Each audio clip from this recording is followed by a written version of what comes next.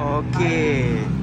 Siapa nak tengok Evo, memang banyak Evo kat sini semua yang horsepower kau-kau punya ni.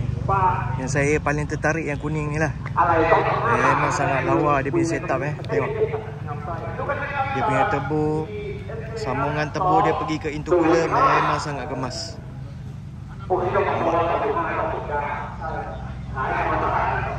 Memang lawa lah.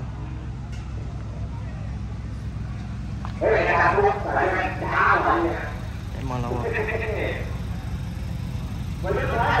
Semua hari ni memang banyak Evo lah kat sini.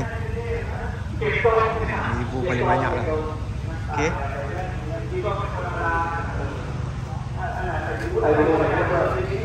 Memang lawa.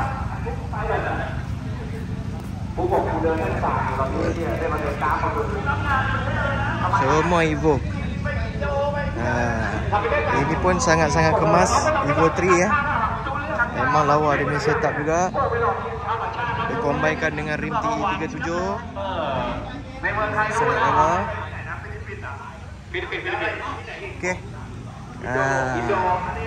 Banyak ni binatang-binatang buas.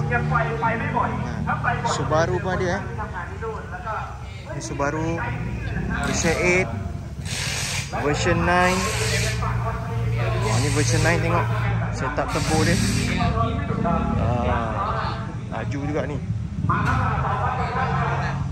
Version 9. Version 9. Version 7. Nampak? Oh, smart lah. Kemas gila setup dia. Ni Evo 6. Ni dah 1000 lebih horsepower Dah pakai door box up and down depan dan belakang saja. Ni setup dia. Memang super. Okey. Di belakang ada parachute. Ini sangat lawa. Okey. Kita tengok kereta lagi. Kita ada Evo juga kat sini. Ni pun lawa juga setup.